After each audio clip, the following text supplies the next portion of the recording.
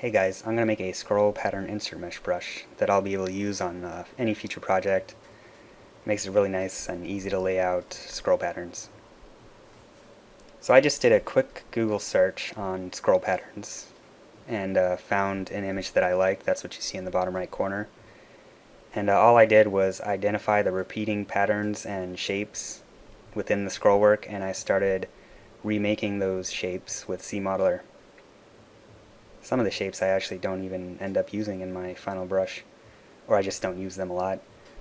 And it's really easy to add shapes once you get your brush to. Once you start laying out your pattern and realizing you need it to be a certain shape, or you want a different shape in there, it's easy to go in and add different parts to your brush once it's done. And you want to keep it as low resolution as possible. It just makes it way easier to move and manipulate later on when you're trying to distort it and shape it to fit. Making a brush like this just makes it so much easier to just lay out your pattern, keeping it consistent, and you can always go back and add more detail to your brushes if you want. I know for this particular brush I'm not going to get too detailed into it because it's going to be a really small scale, and I'm probably going to lose most of the detail. Alright, I'm going to take a small break while I make the rest of these brushes and explain more at the end of the video.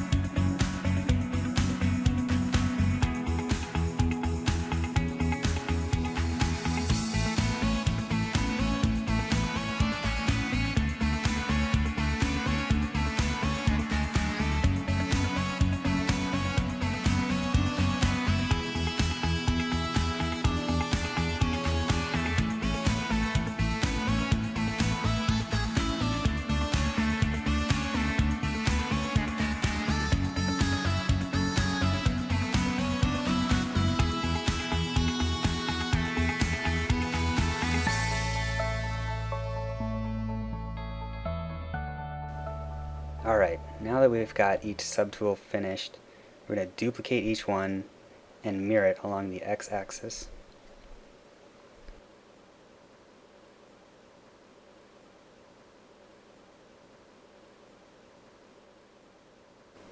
And here you can see each individual subtool all spread out. And to make the actual brush, we're going to go to Brush and create Insert Multimesh. And then when you hit M, you can see each of the individual subtools within the brush. And then it's just a matter of laying out your pattern, going through your brush, and picking the right shape for the job. I like to start out with the bigger, more dominant shapes first, and then build around that. And then to move and manipulate the subtools around, I'll use the transpose line. And I'll use this most of the time. And it's tough to get used to the transpose line, moving shapes around and bending shapes around the transpose line.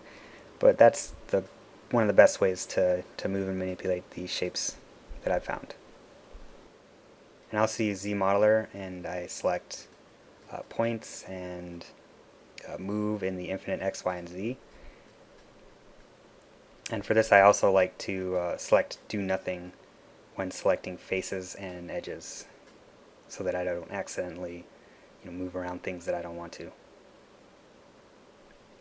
And now with the release of 4R8, this was recorded in 4R7. With the release of 4R8, there's a bunch of new deformers and ways that you can move and manipulate objects, and that might be worth looking into in a future video. And you can also see that I'm trying to keep the same height on all of the subtools that I'm adding in. And as long as you're staying within your brush, you're choosing shapes from your brush, you're going to naturally make repeating shapes and patterns. And I'm going to end up using this brush in my next video when I make a ring. Alright, enjoy the rest of the video.